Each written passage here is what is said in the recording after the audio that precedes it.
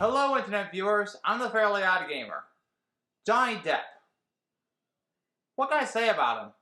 Besides winning a court case against his ex-wife Amber Heard, he's a well-known actor that starred in numerous movies beginning with A Nightmare on Elm Street in 1984. And yes, I talked about the tie-in game for the NES last year with Shadow Flare. He's best known for his performance as Captain Jack Sparrow from the Pirates of the Caribbean movies. Not only that, but he's also worked with film director Tim Burton. They worked together in movies such as Edward Scissorhands, Ed Wood, Corpse Bride, and even the movie adaptation of the Broadway musical Sweeney Todd. But in 2005, both Depp and Burton collaborated on a film that no one would ever forget. Which one, you may ask? Well, how about the remake that is Charlie and the Chocolate Factory? But first, a little history. Charlie and the Chocolate Factory started off as a children's book in 1964 by British author Roald Dahl. Geez, that's the second time I reviewed a game based on literature, let alone by a British author.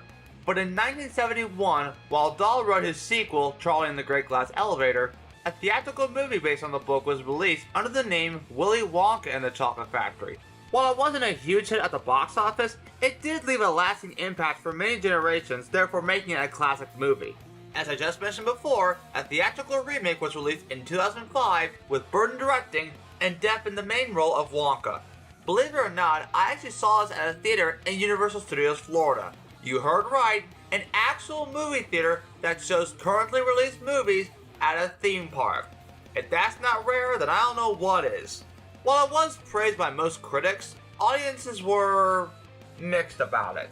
Primarily with Depp's performance as Wonka. That's weird. Because the movie became a huge juggernaut, it's very common to have a video game tie-in, and surprisingly, it did. While it did get released on the original Xbox and PS2, even for PC and Game Boy Advance, I'll be reviewing the GameCube version. After all, the GameCube is my main console. So is it as good, if not better than the movie it was based on? Let's find out, shall we? After seeing that it's a Warner Bros. Property, we see that the game was published by Global Star Software, best known for the Dora games I covered some years ago, and developed by High Voltage Software. Don't worry, you won't be dead after playing this game. Surprisingly, both the game and the movie were released on the same day, well, in the US, on July 15, 2005. However, the PAL version was released 7 days before the UK got its theatrical release. So if you had lived in the UK and got the game before seeing the movie, then you would more than likely be spoiled. The game starts off similarly to the movie itself, minus the opening credits, with narration by Jeffrey Holder from the movie. This is the story of an ordinary little boy named Charlie Bucket. He was not faster, or stronger, or more clever than other children. Okay, hold up. Why is Grandpa Joe out of bed? He should already be in bed at this time. Anyway, they notice a Wonka truck making its way to the giant chocolate factory. No one's been in or out for years. Oh, that's right. Grandpa Joe used to work for Wonka in the movie.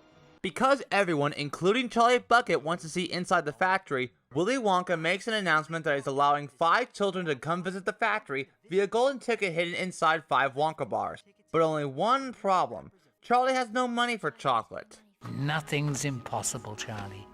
Nothing. But a montage of newspapers show the first 4 golden tickets found by the gluttonous Augustus Gloop. I'm eating the Wonka bar, but I taste the ticket. The spoiled brat Veruca Salt. Daddy, I want a golden ticket now. Arrogant gum-chewing champion Violet Beauregard. The winner of that special prize is gonna be me. And ill-mannered genius Mike TV. I calculated just where to look.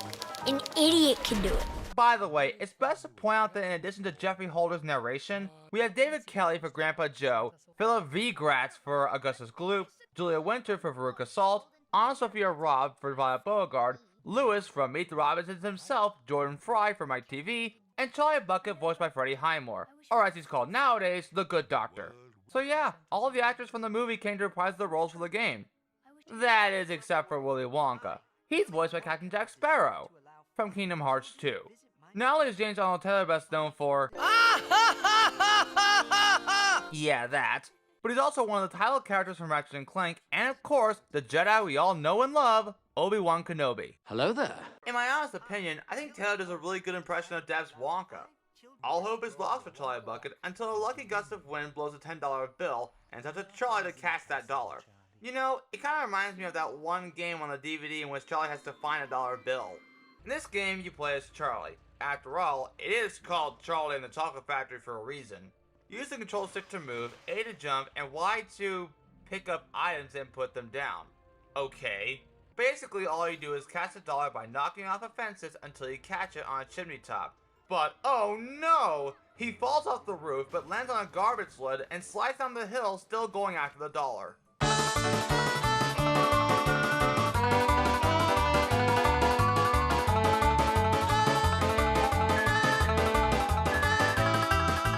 He does manage to grab hold of the $10 bill, which is enough to feed his family for a week. Also, before moving on, each level is separated into chapters. So let's go on to Chapter 1, The Chocolate Factory. After spending just $1 on a Wonka bar, he managed to find something that every child had only dreamed about. You found Wonka's last golden ticket! And this is when Grandpa Joe gets out of bed. So the big day comes when Charlie, Grandpa Joe, and the other kids arrive at the chocolate factory as the ticket instructed. But there's one small problem. You're allowed to bring one member of your family to look after you. Besides Charlie, who brought along Grandpa Joe, who's looking after the other 4 kids? Either they forgot about it, or the game couldn't bring back the actors who played their parents, which is understandable. Also, did they make Mike TV a Super Saiyan? I mean, he has the hair at least. At 10 a.m., the factory gates begin to open, and then this happens. Willy Wonka, the amazing chocolatier. Okay, not really, but we do see Wonka as he welcomes the kids to the factory. From there, he takes them to the heart of the factory, the chocolate room. It's beautiful. What? Oh yeah, it's very beautiful. What's more, it's all edible. Even I'm eatable. But that is called cannibalism, my dear children, and is in fact frowned upon in most societies. Moving on to Chapter 2, Augustus Gloop. So yeah, everything is edible, including the sugar grass by the chocolate river, mixed together by waterfall. Waterfall is most important. No other factory in the world mixes its chocolate by waterfall. And you can take that to the bank. But it wasn't enough for Augustus Gloop, Please, boy, please. My chocolate must be untouched by human hands. resulting in him falling into the river and getting sucked up by the pipe, where he's stuck. But then Wonka realized that if Augustus were freed earlier, then the river would be much cleaner and therefore Wonka could continue production. Since none of the other children were interested in helping, Wonka gives Charlie the task of freeing Augustus Gloop from his demise and cleaning up the river in the process. Since Oompa Loompas are difficult to keep track, Charlie has to find at least 2 Oompa Loompas to help him along the way. You can also have Grandpa Joe help you in case you get lost or you have no idea what to do next. So once you approach the Oompa Loompa, you can use the control pad to make it follow your commands. Right to follow, down to wait, left to see what each Oompa Loompa is doing, and up to make them work or perform certain tasks. And this is where the game takes a completely different turn, because this is what you're doing for the majority of the game. Instead of enjoying the tour of the factory, Charlie has to find Oompa Loompas so he can help repair and fix the factory. In this case, having them fix the pipe that Augustus is stuck in. But because Charlie is low on energy, he can find a bouncing item called Wonkavite found in spiky trees, which is used to increase your health meter, the orange meter on the top left corner. But in order to get Wonkavite out of these trees, we're given a new power-up, Everlasting Gobstoppers. You can suck on them all year and they'll never get any smaller. As someone who's actually had an Everlasting Gobstopper, they really don't. They're pretty much multicolored jawbreakers with multiple layers. But they do taste pretty good.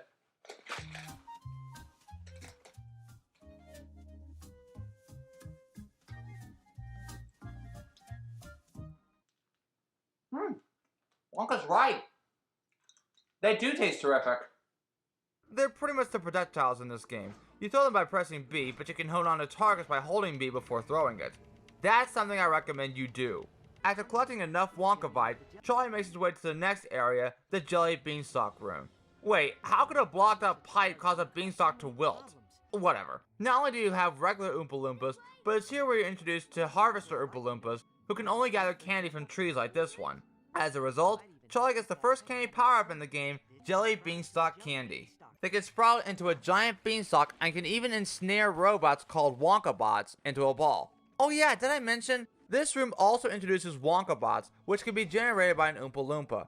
Basically, all you have to do is pick up a vine ball, take it over to a spiky muck pit without walking into it, and roll it into one of the vents. Plugging up all the vents will loosen the pressure and restore the beanstalk. Speaking of which, Charlie will die if his health goes down to 0. Luckily, it will take you back to where you last were, and you have unlimited lives. So where was I? Oh yeah, your rolls have to be pretty accurate in order to plug up the pipes. Otherwise, the vine ball will either roll back to you or just stay there and therefore waste more of your health just to get the vine ball back. Keep plugging at the vents for 2 more levels and you head over to the next room, right after starting the next chapter, Wonkabot Trouble. If this were my factory, I'd fire the little creeps and upgrade these lame robots instead. Mumbling.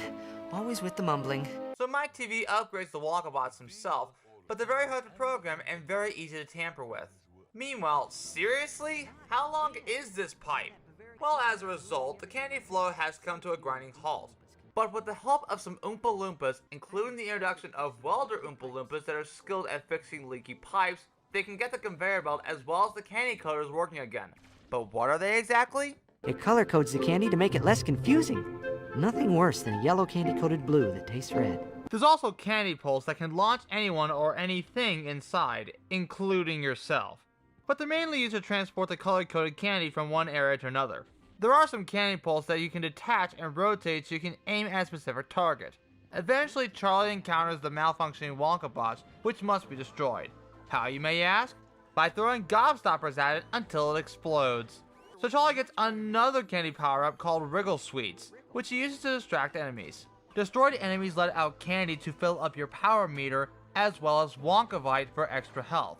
By the way, I forgot to mention that if you manage to complete every main task in each area, you get a button from the Great Glass Elevator as a reward for your hard work.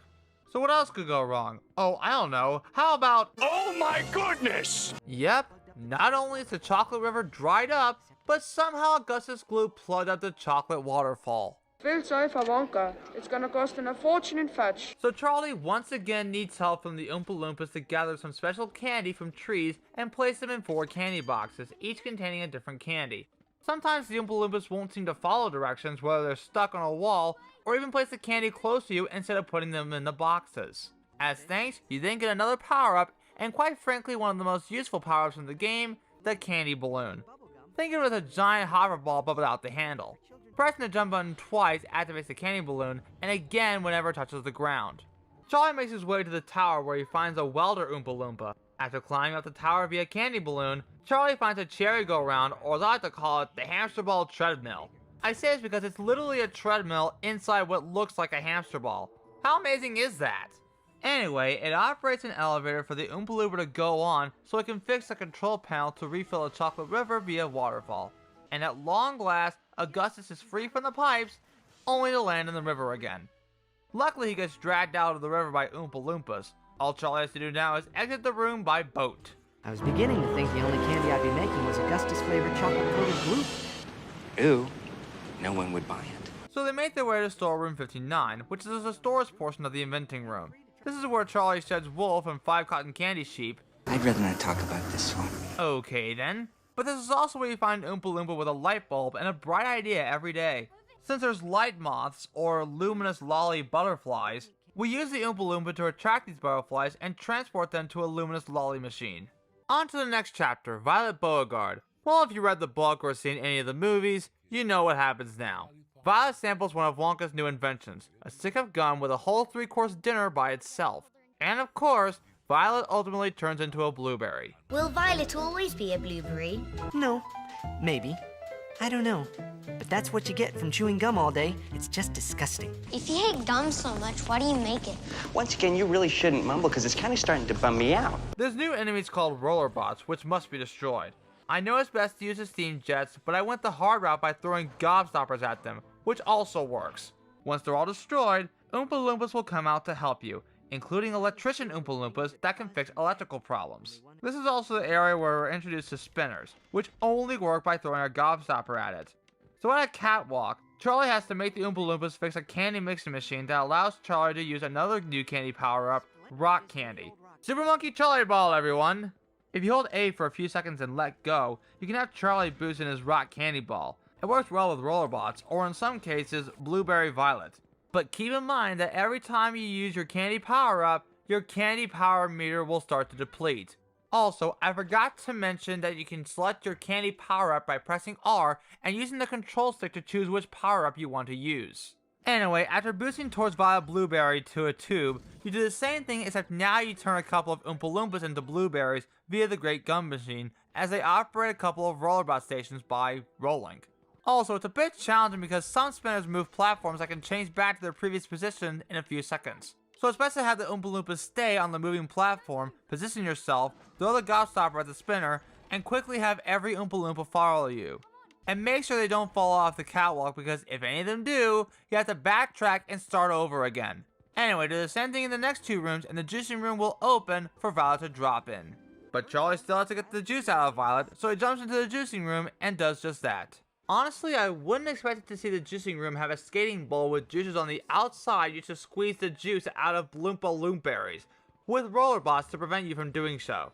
Also, trying to bump Violet out of the bowl and into one of the pipe hallways is much harder than it looks because it's not going to go where you think it's going to go. But luckily, you can have Charlie follow the bloomberries out of the bowl easily into each juicer.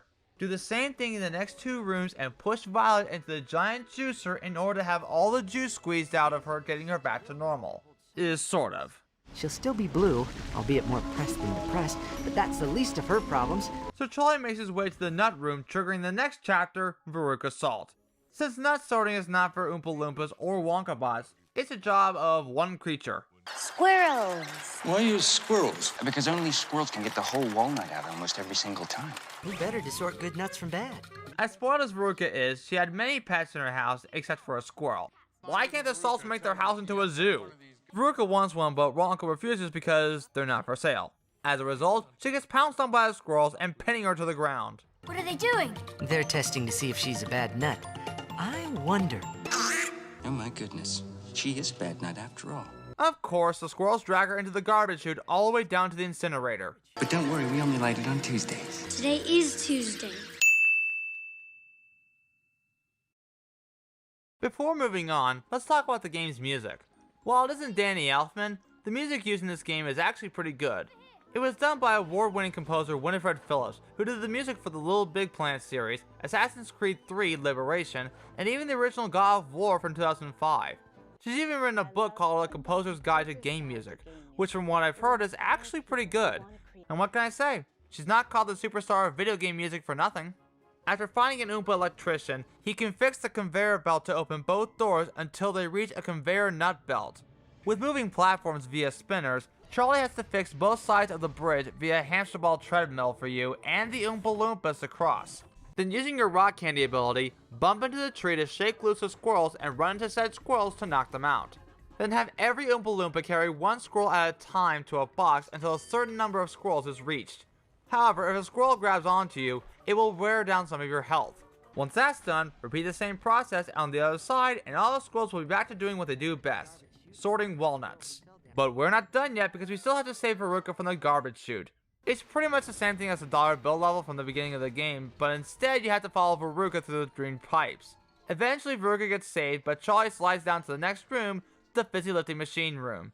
Have some Oompa Loompas fix the machine and find Wonka by the exit door in another, where you now get another new candy power-up, and in my opinion, the best one to use in the game. Fizzy lifting drinks. Drinking it allows you to hover around the area. You can get down by burping, like he did in the 1971 movie, but you can also descend while in midair, unlike the 1971 movie. In addition, you can pick up and carry one Oompa Loompa at a time to anywhere you like it. Like I said, it's the most useful candy power-up in the game. It's a shame that it's unlocked somewhat late in the game. So after having an Oompa Loompa fix a panel, you're gonna need more Oompa Loompas to cage more squirrels in 2 rooms. Pretty much the same thing in the nut room. Grab a welder Oompa Loompa to fix another broken panel, and the squirrel case can head on back to the nut room to sort out more nuts. And with that, Charlie makes his way to another new room, the exploding candy room, where Wonka bots are running amok. You have to defeat all of them in order to transport the Oompa Loompa via fizzy lifting drinks to another ledge. But do be careful because there are steam leaks in that hallway, which you have to avoid. Luckily with a welder Oompa Loompa, he can fix those steam leaks, removing any challenge in the area. Anyway, all you have to do is gather up enough Oompa Loompas to fix the machine that makes exploding candy in 2 rooms while avoiding Wonka bots that can actually capture Oompa Loompas. With everything back to normal, Wonka rewards Charlie with the final candy power-up used to destroy Wonka bots as well as its generators. That's exploding candy for your enemies. You said it, Wonka Wilder. If you manage to destroy enough robots, you'll be given access to the next room as well as the next chapter, Mike TV. This is the testing room for Wonka's latest invention, television chocolate. But not until they put on these goggles because the blind light could damage one's eye sockets. Anyway, with this new invention, he can teleport a chocolate bar through airwaves and viewers can grab and taste a chocolate bar right from the screen. Preposterous for Mike TV, apparently. That's impossible, and the power you'd need would be like 9 atomic bombs. Mumbler! Seriously, I cannot understand a single word you're saying. And of course, being fed up with it all, Mike TV jumps into the said teleporter not knowing that he would end up being teleported through airwaves himself. But it turns out that the teleporter is much more than it seems because there's 3 rooms with broken beams. But luckily we have welder Oompa Loompas to fix that. In order to get the beam to work, Oompa Loompas have to gather enough Wonkavite by destroying Wonkabots. Finally, with an electrician Oompa Loompa fixing the console, the remaining Oompa Loompas work on the console, successfully transferring Mike to the television. This leads to the final chapter of the game, Up and Out. With Mike being shrunk down and ultimately being stretched by the taffy puller. Just put me back in the other way! There is no other way. It's television, not telephone. It's quite a difference. Wonka resumes his tour only to find Charlie being the only child left. Of course, the other kids survive the demise, but are slightly different from their normal selves. But now, Wonka and Charlie have come across the Great Glass Elevator because there's still more to see. But there's one button that hasn't been pressed before. Up and out? What kind of a room is that? Hold on. So Charlie presses the button, and up and out they go. Out of the factory, that is. Charlie's given what Wonka said is the most special prize beyond anyone's imagination. Having the entire chocolate factory to himself. Remembering Grandpa Joe's words of wisdom that nothing is impossible. By the way, where is Grandpa Joe in the last few cutscenes? The game ends almost the same way as the movie. Minus the Oompa Loompa. There was one thing of which he was absolutely certain. Life had never been sweeter. So that was Charlie and the Chocolate Factory for the GameCube. I hope you enjoyed it because... But there's still some ingredients I need. Wait, what? Which could only mean that Charlie's adventure was not quite over yet. Seriously? What more does this game have to offer? Alright, apparently you can revisit certain rooms via the Great Glass Elevator. Just out of curiosity, has anyone ever talked about the level revisits? Hey dude, did I hear you mention about an elevator? Why yes, Hux. Yes, I did. But not just any elevator, it is the Great Glass Elevator. You mean the Wonkavator? That's the 1971 version, surprisingly not made of glass. This is the 2005 version in which the elevator is made of glass, but still shows the same purpose. Oh. By the way, do you know anyone that has talked about or even played through the revisiting rooms portion of the video game? Good question. Gosh, I have no idea. Let me check. Well, there is a walkthrough guide on GameSpot, but other than that, nothing. Then that would mean... Yeah! I'm the first game reviewer to talk about the post-game! Oh my gosh! I never thought this would happen! Like Wonka said, it's something beyond anyone's imagination. You know what to do. Yep, loud and clear, Hux. Hope you have fun with it. Anyway, later, dude! So, ladies and gentlemen, boys and girls, for the first time in forever, we're going to talk about the post-game play of Charlie and the Chocolate Factory. Best to pay attention because you might learn something from it. Like I mentioned before, you're now allowed to use the Great Glass Elevator to revisit 3 rooms. The chocolate room, the inventing room, and the television room. Personally, it would have been better to have Charlie revisit every room that he's visited. You know, in case he missed any goodies for a power-up or a health increase. Anyway, all I do is try to find all the golden W icons scattered around in each room. I'm guessing these gold W's represent extra ingredients that Wonka needs. So let's do some math here. There's 30 to find in the chocolate room, 26 in the inventing room, and 25 in the television room. In total, that's 81 gold W's to find in all 3 rooms. While there are Oompa Loompas, you don't necessarily need them to help you find the gold W's. Finding all the gold W's in a room makes Wonka so happy they'll have his Oompa Loompas bring the ingredients to him. However, if you manage to find all 81 gold W's in all 3 rooms, Wonka will reward you with the most coveted prize imaginable. Watching bonus content you can now find in the main menu. After watching the final cutscene again. And now, it is my great honor to show you what bonus content this game has to offer. Well, not only can you watch the cutscenes again, but you can also watch 2 film trailers and a montage of production photos from the movie. So besides unlocking bonus content, what do I get for all the hard work, including the extra missions? Nothing! You lose! Good day, sir! Pretty much that. So, what do I think of this game overall? It's okay. I mean, it's not bad, but it's definitely not good either. It does follow key elements from the movie as well as the original book, even one or two elements from the original Wonka film. Graphically, they're kind of mixed. While I like how the game is faithful to its movie counterpart, the character models look kind of weird to me. Except for Wonka. His model I actually like. The cutscenes look okay, but some of the storybook cutscenes have some questionable design choices for the characters, particularly Mike TV's Super Saiyan hair. But yeah, they mostly look bland to me. I love the game's music, and Winifred Phillips did a great job giving it more of the Elfman vibe. As for the gameplay, what can I say about it? It's pretty much hit and miss. I get a lot of use out of the candy balloon as well as the rock candy and fizzy lifting drinks power-ups, which are a necessity for beating this game. The young balloons are great and all, but they come off as repetitive, and you all know how much I feel about needless repetition. Plus, they can be hard to follow at times. I also don't get a kick on destroying enemies because, again, needless repetition that can be shortened down. Oh, and speaking of which, the overall game is pretty short. For your first playthrough, it can take you around maybe 4 to 6 hours. But if you're a veteran, it may take you less than an hour to beat the game. Yeah, that's short.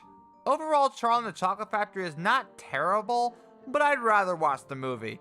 But it's only because I have a soft spot for it. Not a bad nut, but more of a mixed nut. I do feel bad that I reviewed a game based on a Johnny Depp movie that wasn't well received, but at least we can still hope for the best. I'm the Fairly Odd Gamer, and I wish you all good luck for the rest of your day or night, wherever you are. Take care, everyone. How's it going, dudes? Huxgamr here. Be sure to subscribe and hit that bell icon if you want to get notified for upcoming videos. Well said, Hux. Also, be sure to follow me on Facebook, Twitter, and Instagram, and some of my character buddies on TikTok. And if you like, you can have one of my character buddies do a short video for you via video commission. Links to all of those in the description below. And so, without further ado, I wish that one of my character buddies finished off the video. Hello, my name's Eeyore. Thanks for noticing me. If you liked what you just seen and want to help support the Fairly Odd Gamer, you could do so with Patreon. By supporting, you can talk with special fans, supporters, and those who've helped down the channel, have your name featured in the credits, and even watch some bonus content. Sneak peek, early showing, who knows. Also, thanks for noticing me, Luke Jeffers.